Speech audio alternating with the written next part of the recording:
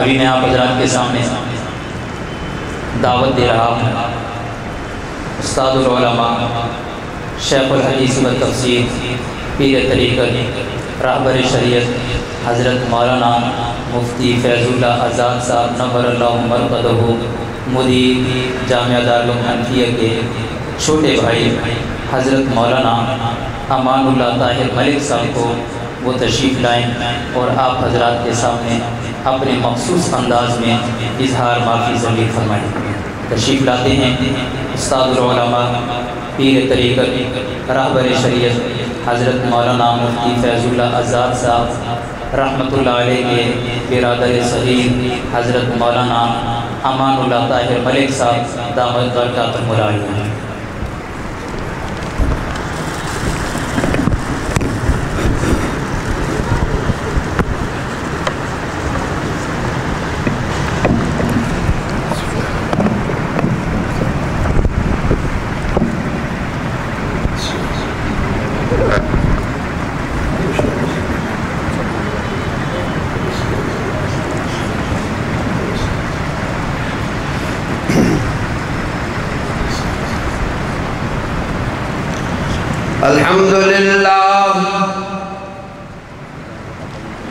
الحمد لله نحمده ونستعينه ونستغفره ونؤمن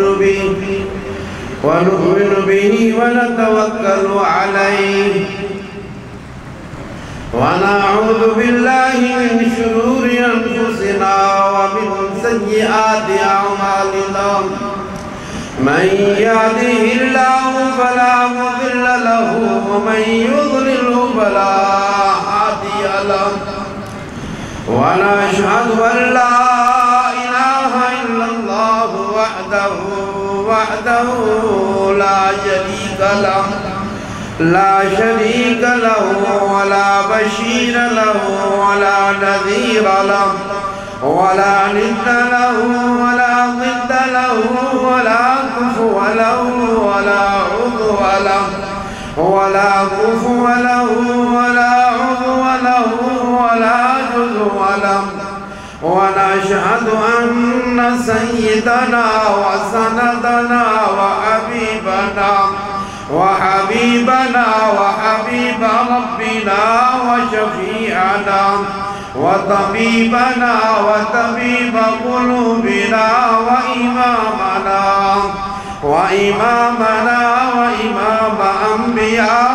أنبياء ربنا وأولانا ومولانا وأفضلنا وأجملنا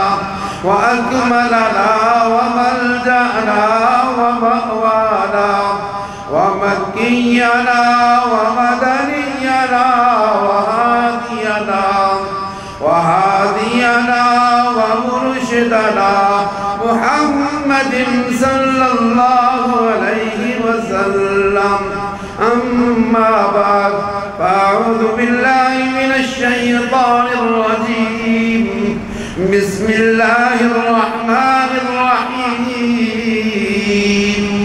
إنا أنزلناه في ليلة القدر وما أدراك ما ليلة القدر ليلة القدر خير من 1000 شهر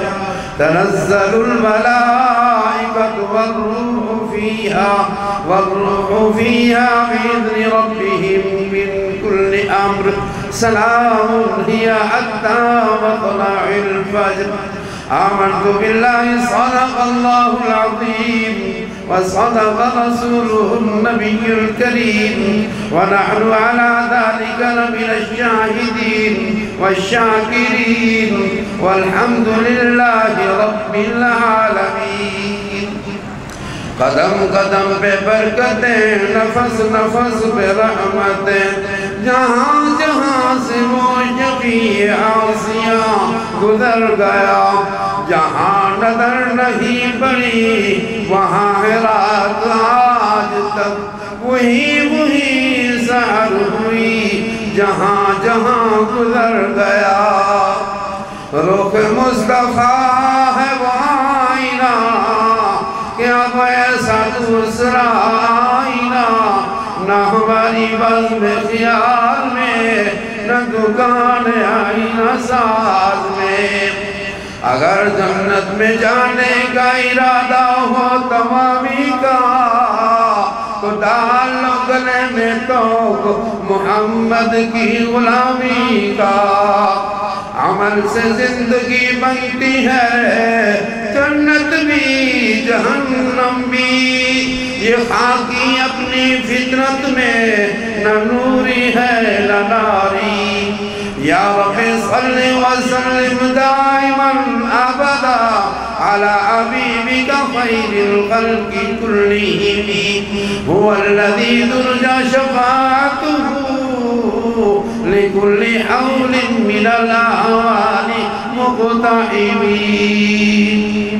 محبت کے ساتھ درود شریف پڑھ لیں، اللہ تعالیٰ سب کو جزائے خیر عطا فرمائے۔ اللہم صلی علی محمد وعلی آل محمد وعلی آل محمد کما صلیت علی ابراہیم وعلی آل ابراہیم انکا حمید مجید۔ اللہم بارک علی محمد وعلی آل محمد کما بارکت علی ابراہیم وعلی آل ابراہیم انکا حمید مجید۔ محترم سامعین کرام، معزز حاضرین و ناظرین، بزرگوں، دوستوں اور نوجوانوں اور تمام علماء کرام، صلحاء اعظام، دین سارے نوجوان جو بھی حضرات یہاں تشریف فرما ہیں یا جہاں تک آواز آ رہی ہے، اللہ تعالیٰ سب کو جزائے خیر عطا فرمائے۔ یہ آپ کی بڑی ہمت ہے ماشاءاللہ کہ اس رات میں ماشاءاللہ بیٹھنا، قرآن سننا، دین کی مجلس میں بیٹھنا، جاگنے کے لیے تو بہت سارے اور بھی جاگ رہے ہوں گے، لیکن یہاں اللہ کے گھر میں بیٹھنا، اللہ کی رحمت کی امید لگانا، اللہ کے گھر میں بیٹھ کر جو ہے وہ قرآن کو سننا، دین کو سننا، اور اللہ کی اس لیلۃ القدر کی رات میں یہاں پر اس امید سے بیٹھنا کہ اللہ تعالی ہمیں بھی اس لیلۃ القدر کی نعمتوں سے نوازے اور ہر سال ہمیں یہ نعمت بار بار نصیب فرمائے۔ یہ اتنی بڑی اللہ کے انعام والی رات ہے کہ اللہ نے جتنی بھی پہلی امتیں آئیں، جتنے انبیاء آئے، آدم علیہ السلام سے لے کر عیسیٰ علیہ السلام تک، کسی نبی کی امت کو ایسی رات نہیں ملی جو اس امت کو حضرت محمد مصطفیٰ صلی اللہ علیہ وسلم کی برکت سے جو ملی ہے۔ ان چیزوں کا ہمیں یہاں اندازہ نہیں ہو سکتا۔ اللہ نے ہمارے لیے ایک نظام رکھا ہے، اللہ نے یہاں ہمارے سامنے نیکی کا اجر بھی ہم سے جو ہے وہ پوشیدہ رکھا ہے، اور اسی طرح سے ہمارے گناہ کا جو ہے وہ عذاب کا معاملہ وہ بھی پوشیدہ رکھا ہے۔ اس میں بھی ایک بڑی حکمت ہے کہ نیکی اتنی بڑی چیز ہے کہ اگر وہ نیکی یہاں اس کو ہمیں نظر آ جائے تو ہو سکتا ہے کہ ہمارے کلیجے پھٹ جائیں، اور یہ اتنی نیکیوں کا تو اجر ہے کہ تھوڑی سی نیکیاں کر لو، ہمیشہ کی جنت آگے، ہمیشہ یعنی آگے کی زندگی وہ ایسی زندگی جو لامتناہی ہے، جس کی انتہا ہے ہی نہیں آگے، یعنی وہ جو اس کا اجر مل رہا ہے وہ نیکی کی وجہ سے، یعنی نیکی کا اجر اتنا بڑا تو ہے نا کہ وہ ہمیشہ کے لیے اس کا اجر مل رہا ہے۔ اور اسی طرح سے برائی کا بھی یہی معاملہ کہ برائی بھی ایسی خطرناک ہے کہ جس کے لیے اللہ نے ہمیشہ کے لیے آگے جہنم کا نظام بنا دیا، وہ بھی اتنی بڑی خطرناک ہے۔ اور اس کی یہاں مثال یوں سمجھ لیں کہ اگر جیسے آج کل یہ اگر نیکی کا ہمیں یہاں ثواب نظر آ جائے تو اس میں ہمیں جیسے ایک بندے کی کوئی لاٹری کھل جائے یا اس کا کوئی ایسا کوئی بڑا انعام نکل آئے کہ جناب اتنے کروڑ کا انعام نکل آیا، بعض آدمی ایسا بعض وقت ایسا بھی ہوتا ہے کہ خوشی سے انسان پھٹ جاتا ہے، خوشی سے اس کا دروازہ پھٹ گیا کہ اس کو پہلے دیکھا نہیں تھا، سنا نہیں تھا، اچانک اتنی بڑی خوشی ملی، معاملہ آگے ہو گیا۔ اور اسی طرح سے اگر ایسا بڑا عذاب کا معاملہ سامنے آ جائے، دل آدمی کا گھبرا جائے تو معاملہ ختم ہو جائے۔ تو اس لیے اللہ نے یہاں ہمارے ہاں نیکی کے اجر کو بھی ہم سے پوشیدہ رکھا اور برائی کے انجام کو بھی ہم سے پوشیدہ رکھا۔ یہ اس کا پتہ چلے گا اس وقت جب آنکھیں بند ہو جائیں گی۔ تو یہاں کا ایک ایک لمحہ بیٹھنا یہ جو ہے وہ نیکیوں سے بھرپور ہے، اللہ کی رحمتوں کی بارشیں ہو رہی ہیں۔ یہ ہمارے لیے یہاں بیٹھنا، قرآن سننا سعادت کی بات ہے، بہت بڑی عظیم نعمت ہے اللہ کی کہ کچھ لوگ باہر میں بیٹھے ہوں گے، وہ ان کا بیٹھنا ان کے لیے فضول ہو گیا، لیکن یہاں بیٹھنا ہمارے لیے اس کا جو ہے اللہ کا بہت بڑا انعام کا سبب بنے گا انشاءاللہ۔ اللہ تعالیٰ ہم سب کو نیکی کی مجالس میں زیادہ سے زیادہ بیٹھنے کی توفیق عطا فرمائے۔ تو میں عرض کر رہا تھا یہ رمضان المبارک کا مہینہ، یہ اللہ نے جو ہے اور اللہ کے نبی نے اس امت کا مہینہ کہا ہے۔ اس سے پیچھے جائیں شعبان میں، شعبان کے مہینوں کو میرے پاک پیغمبر صلی اللہ علیہ وسلم نے اپنا مہینہ کہا ہے۔ اس سے پیچھے رجب کی طرف جائیں، رجب کو میرے اللہ نے اپنا مہینہ کہا ہے، یعنی رجب اللہ کا مہینہ، اور شعبان میرے پاک پیغمبر صلی اللہ علیہ وسلم کا مہینہ، اور رمضان امت کا مہینہ۔ ساری امت سیراب ہو رہی ہے، ساری امت کے اوپر اللہ کی رحمتوں کی بارشیں ہو رہی ہیں۔ اللہ ہم سب کو اس سے مستفید ہونے کی توفیق عطا فرمائے۔ تو یہ رمضان کا مہینہ ایسا نہیں ہے، اس میں ایک ایک چیز کی اللہ نے جو ہے وہ قیمت بڑھا دی، نیکیوں کا ثواب بڑھا دیا، اور بڑھایا بھی کتنا، فرضوں کا جو ہے اللہ نے ثواب 70 گنا بنا دیا، نوافل کو فرضوں کے برابر کر دیا، اور اس میں تراویحوں کا نظام شروع کیا۔ تراویح کا نظام کا یہ معاملہ ہے، یہاں میں نے 2 جگہ پر روایتیں پڑھی ہیں۔ ایک روایت میں یہ پڑھا کہ ایک سجدے پر 1500 نیکیاں، اور ایک میں یہ پڑھا کہ ایک سجدے پر 1000 نیکیاں، 1500 لے گئے، یا اگر 1000 لے لیں تو 20 رکعتیں ہوئی، 40 سجدے ہوئے، 15 چوکے 60، 6 لاکھ نیکیاں ہو گئی۔ اب یہ نیکیوں کو اگر آپ دنیا کے حساب سے سمجھنے کی کوشش کریں، نیکی کا نعم البدل دنیا کی مثال ہے ہی نہیں، ہم اس کو صرف مثال سمجھانے کے لیے عرض کر رہے ہیں کہ اس کو سمجھنے کے لیے کہہ لیں کہ نوٹوں سے معاملہ نیکیوں کا اس میں مثال سے ثابت نہیں کیا جا سکتا، لیکن سمجھنے کے لیے صرف یہ ہے کہ صرف تراویحاں پڑھی، 20 رکعتیں پڑھی، 6 لاکھ نیکیاں مل گئی۔ اب اس کے ساتھ عشاء کی نماز ہو گئی، یہ تو نفلوں کے سجدوں کا ثواب۔ اب باقی فرائض کا وہ 70 گنا اور زیادہ ہے، 70 تو 34 ہو گیا، 34 سجدے اس کے ہو گئے، اس کے نیکیوں کا ثواب لگائے۔ اب وہ 70 گنا پھر اس کو جو ہے ملٹی پلائی کریں، اس کے پھر وہ حساب نکالیں۔ ہمارے کمپیوٹر بھی فیل ہو جاتے ہیں، وہ بھی آپ کو اس کا رزلٹ نہیں دیں گے، وہ بول لیں گے کہ ایرر ہے، غلطی آ رہی ہے، یہ ہم سے سوال بھی نہیں ہو رہا ہے۔ وہ سوال آپ کے بڑے سے بڑا کمپیوٹر بھی اس کو سوال کر کے نہیں دے سکے گا۔ یہ تو صرف سمجھانے کے لیے کہا ہے۔ اب نیکی کتنی بڑی ہے، نیکی کے لیے آپ نے سنا ہوگا، اگر روزہ افطار کے لیے کسی نے کھجور کا دانہ دے دیا، کھجور کا ایک ٹکڑا ہی دے دیا، پانی کا گھونٹ دے دیا، لسی کا گھونٹ دے دیا، اس کا بھی اللہ تعالیٰ ثواب بڑھا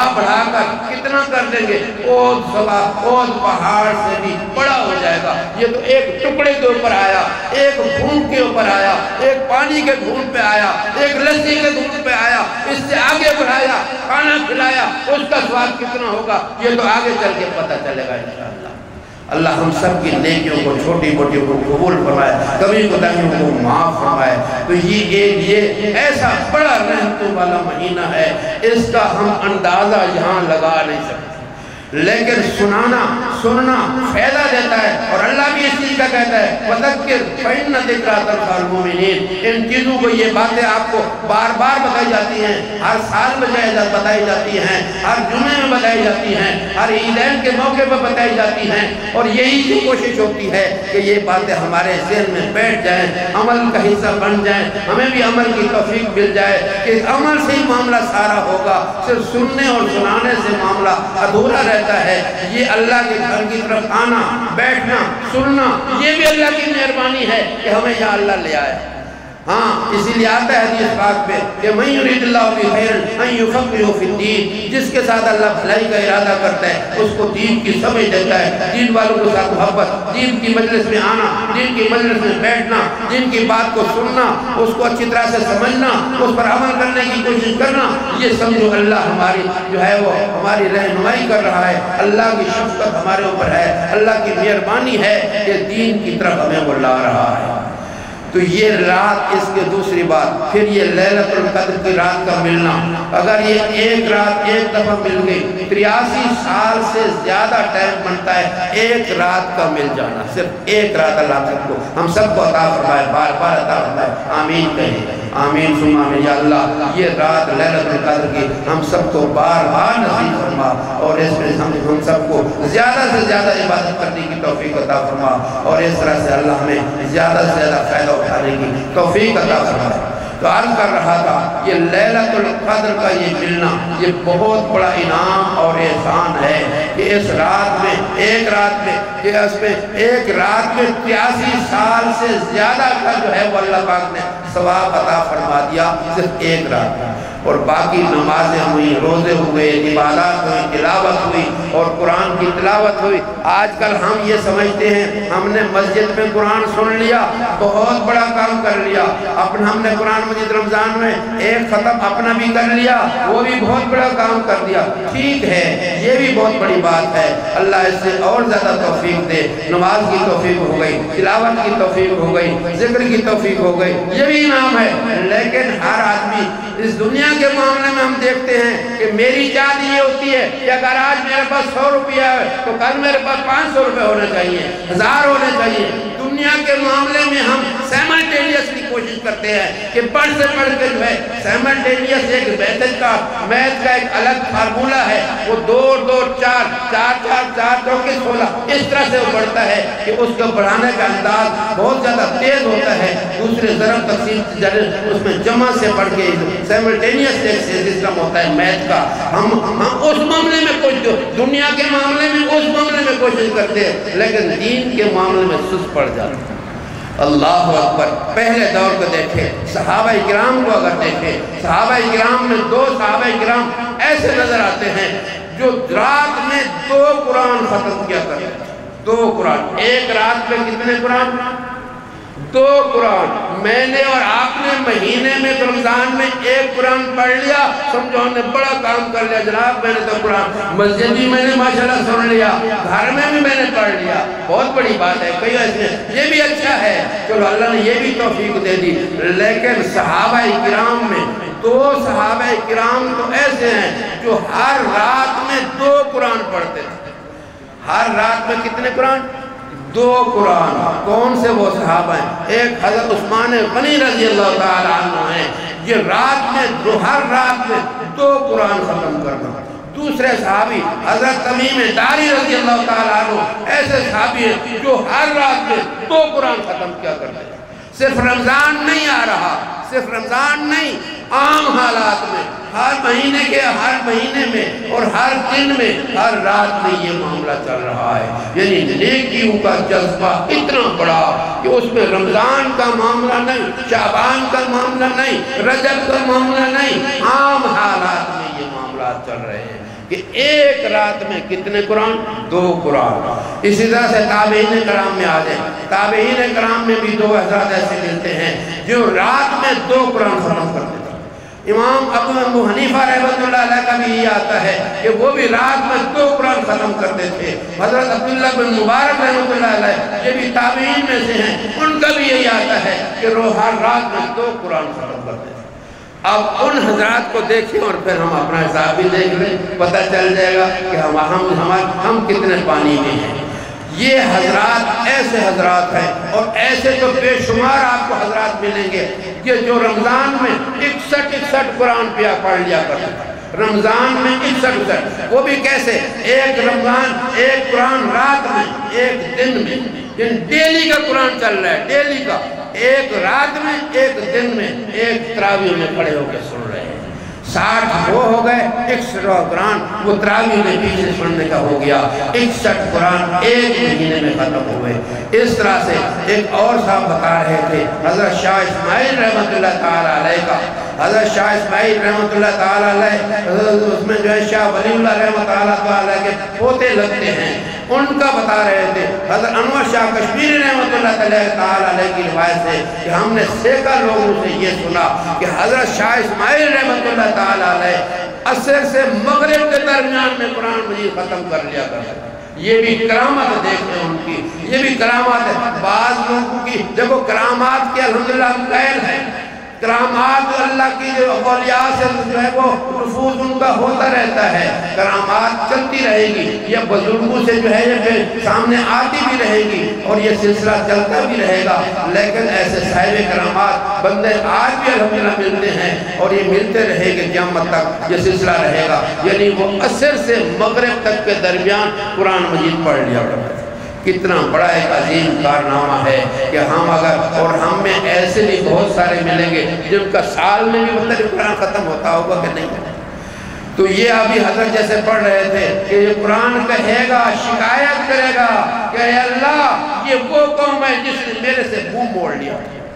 ہاں ہم نے آج قرآن کو صرف تاکوں میں رکھا ہوا ہے، یا صبح اس کو چوم لیا اور آنکھوں پہ لگا لیا، سینے کے ساتھ لگا دیا۔ یہ صرف قرآن اس لیے نہیں آیا تھا، جیسے بار بار آپ کو بتایا بھی گیا کہ قرآن کا پڑھنا، سمجھنا، پھر اس پر عمل کرنا، یہ ہے کامیابی۔ جب تک عمل نہیں ہے اس وقت تک کام ادھورا ہے۔ تو اس لیے قرآن کا پڑھنا ہم سب کے لیے ضروری، اس کا سمجھنا ضروری، اس پر عمل کرنا ضروری۔ یہ چیزیں جب ہوں گی پھر دین کا فائدہ ہوئے گا، دنیا کا بھی فائدہ ہوگا، آخرت کا بھی فائدہ ہوگا۔ یہ قرآن ایسا یار ہے، حدیث پاک میں آتا ہے قیامت کے دن رمضان شریف اور قرآن مجید یہ دونوں شفاعت کریں گے۔ اگر کسی گناہ کی وجہ سے آدمی کے لیے حکم ہوا کہ اس کو جہنم میں پھینک دیا جائے، یہ دونوں آگے کھڑے ہو جائیں گے، اللہ کے حضور درخواست کریں گے، یا اللہ یہ وہ بندہ ہے یہ دن میں روزہ رکھتا تھا، رات میں قرآن سنتا تھا، رات میں قرآن پڑھتا تھا،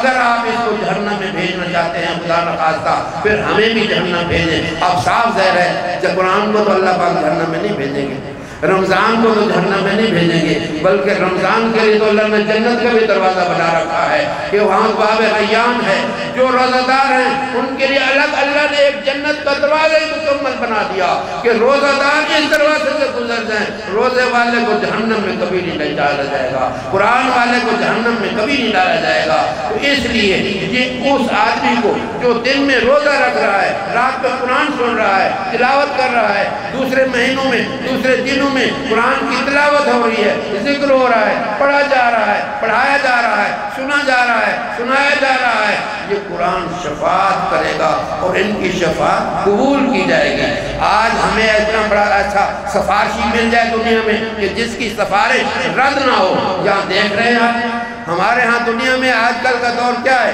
کہ سفارش کے بغیر کام پانی نہیں پاتا۔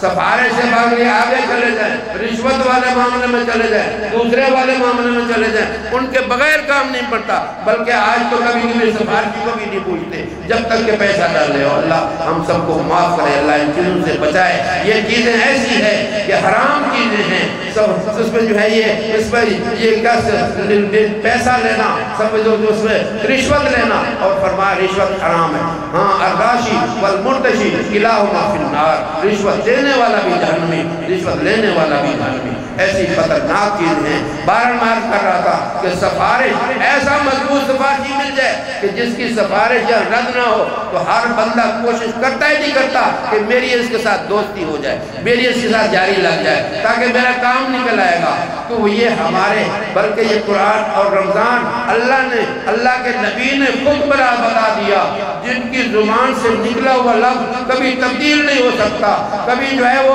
اس کا نتیجہ غلط نہیں ہو سکتا، کیونکہ اللہ نے فرما دیا کہ لا تبدیل لکلمات اللہ، اللہ کی بات تبدیل نہیں ہوتی۔ اور آپ صلی اللہ علیہ وسلم کے لیے فرما دیا کہ میرا نبی اپنی طرف سے کچھ نہیں کہتا، وما ينطق عن الهوى ان هو الا وحی یوحى، میرا محمد صلی اللہ علیہ وسلم اپنی طرف سے کچھ نہیں کہتا، میں جو اس کو فرماتا ہوں وہی آگے بتاتا ہے۔ یعنی جو بھی ارشاد آپ صلی اللہ علیہ وسلم نے ارشاد فرمایا، جتنا ارشاد فرمایا، جتنے احکامات آئے، یہ احکامات دوسرے لفظوں میں اللہ کے احکامات ہیں، ہمارے پاس آپ صلی اللہ علیہ وسلم کی زبان عطر سے ہمارے سامنے آ رہے ہیں، اس لیے اس کو حدیث کہا جاتا ہے۔ اس میں جو ہے آپ صلی اللہ علیہ وسلم کا جو ہے وہ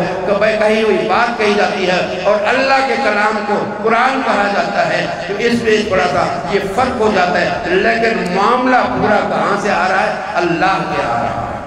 آپ وسلم کی بتائی ہوئی بات بھی اللہ کی بات بتائی ہوئی ہے۔ تو اللہ کے نبی صادق صلی اللہ علیہ وسلم نے یہ فرما دیا کہ قیامت والے دن قرآن اور یہ رمضان یہ ہماری سفارش کریں گے انشاءاللہ، اور جنت میں لے جا کر چھوڑیں گے، راستے میں چھوڑنے والے یہ نہیں۔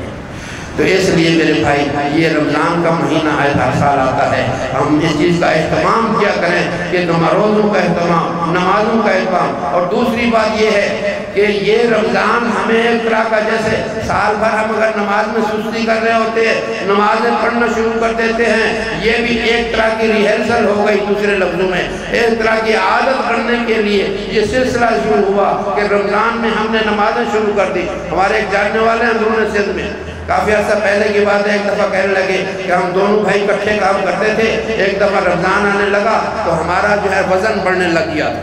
وزن بڑھنے لگا تو ہم نے بھائی آپس میں مشورہ کرنے لگے کہ اس دفعہ جب رمضان آئے گا تو ہم اپنی فٹنس کے لیے روزے رکھیں گے، اور اس طرح سے جو ہے تاکہ یہ جو وزن بڑھ رہا ہے اس کو ہم کنٹرول کرنا شروع کریں گے۔ اب اللہ کا نظام، اب دیکھو اللہ پاک ان کو لا رہا ہے، حالانکہ پہلے نماز نہیں پڑھتے تھے، نماز کا پتہ بھی نہیں تھا، اور بلکہ آگے معاملات کا بھی پتہ نہیں تھا، بول ہم گوشت کا کام کرتے تھے، گوشت میں بھی گڑبڑ کر دیا، گوشت فلانا مانگا اس میں دوسرا ڈال دیا، تیسرا ڈال دیا، پتہ نہیں کیا کیا ڈال دیا۔ یہ جب پھر آئے اللہ کی طرف، اب مسجد میں اللہ لے آیا، مسجد میں آئے، مسجدوں کا ہر مسجد میں ماحول ہوتا ہے، وہاں کے امام صاحب، خطیب صاحب، مولانا صاحب کی یہ کوشش ہوتی ہے کہ زیادہ سے زیادہ دین کی باتیں عوام الناس کو، چلو سال بھر میں ان کو اگر ایسا موقع نہیں ملتا، رمضان میں آتے ہیں، نماز کے بعد تھوڑی بہت بات ہو جاتی ہے تو مسائل بتا دیے جاتے ہیں، فضائل بتا دیے جاتے ہیں، تو وہاں امام صاحب وہ نماز کے بعد نماز کے فضائل،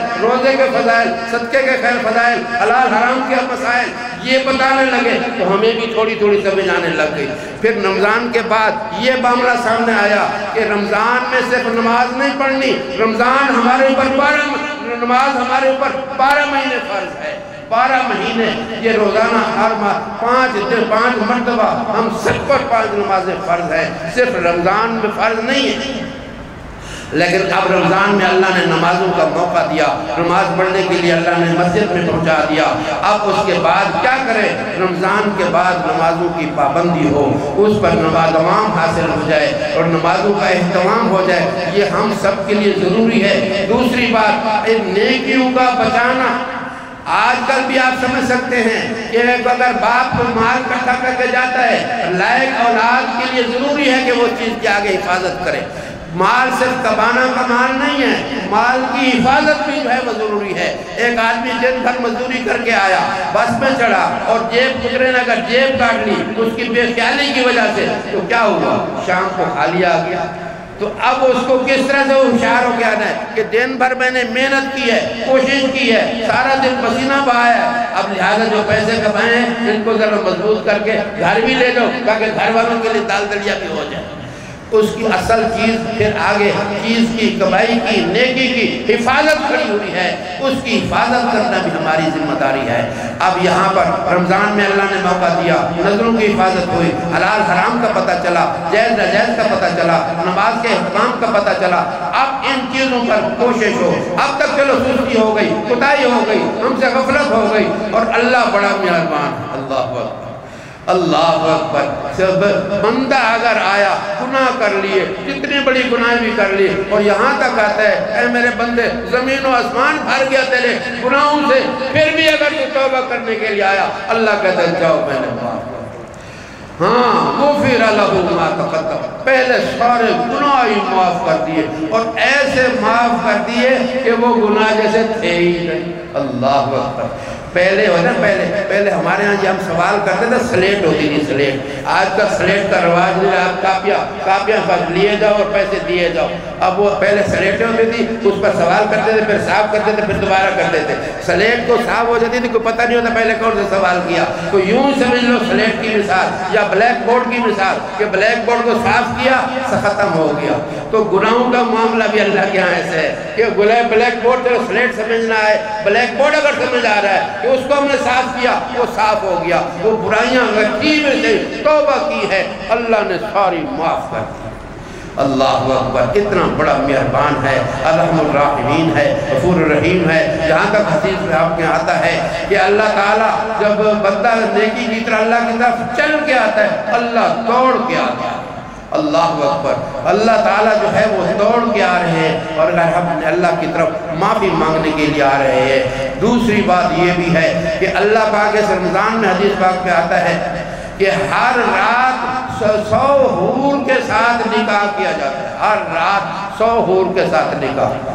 اب یہاں سمجھے آدمی کہ 100 حور کے نکاح، اس کا خرچہ کہاں سے ہوگا، اس کی رہائش کہاں سے ہوگی، یہ معاملات پھر کیسے چلیں گے؟ یہاں تو ایک شادی نہیں ہو پاتی، ایک شادی کا ایک بیوی کا جو ہے وہ مسئلہ حل نہیں ہوتا، اس کے لیے کمرے کا ارینجمنٹ نہیں ہے، اس کے لیے زیور کا مسئلہ نہیں حل ہو رہا، اس کے لیے جہیز کا مسئلہ حل نہیں ہو رہا، تو ڈیلی اگر 100 حور سے ہے تو اس کا کیسے مسئلہ ہوگا؟ اس کے لیے بھی اللہ نے آگے فرما دیا پریشان ہونے کی ضرورت نہیں ہے، 60,000 محل اللہ روزانہ روزہ دار کے لیے بنا دیتا ہے۔ اور دوسری روایت میں آتا ہے کہ ایسا محل بنا دیتا ہے، اتنا بڑا محل بنا دیتا ہے کہ 7 عمر اعظم بھی اس کے آگے کچھ نہیں، کیونکہ جنت کا جو اللہ تعالیٰ نے صرف جو عرض رکھا ہے، طول الگ چیز ہے، الگ چیز ہے، طول لمبا ہوتا ہے، عرض اس کی چوڑائی ہوتی ہے۔ فرمایا زمین اور آسمان کا جتنا جو ہے وہ اس میں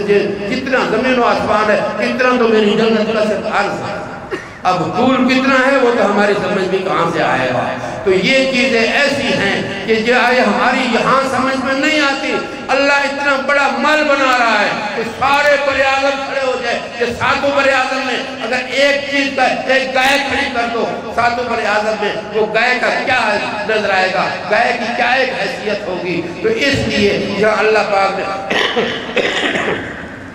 یہ ایسی بڑی نعمتیں آگے تیار کر رکھی ہیں کہ اس کا ہم جو ہے اس کا ہمارے باتیں سننے کے باوجود بھی ہمارے ذہن میں یہ باتیں آ نہیں سکتی، لیکن ان کے اوپر پورا یقین رکھنا، ایمان رکھنا، یہ ہمارے ایمان کا حصہ ہے۔ اللہ تعالیٰ ان چیزوں کو ہمارے ذہن میں بیٹھنے کی، ان پر عمل کرنے کی ہم سب کو توفیق عطا فرمائے۔ تو اس لیے آج کر رہا تھا یہ رمضان المبارک کا مہینہ، یہ قرآن کا آنا، یہ قرآن کی رحمتیں، یہ ایسی چیزیں ہیں کہ ان کو ہم جو ہے مستقل ان چیزوں کے اوپر عمل کرنے کی کوشش کریں۔ نمازوں کا جو اہتمام ہے یہ آئندہ 12 مہینے ہونا چاہیے، ایسا نہیں ہو کہ رمضان میں ہم نے نمازیں پڑھ لی اور آگے پھر سستی ہو، کیونکہ نماز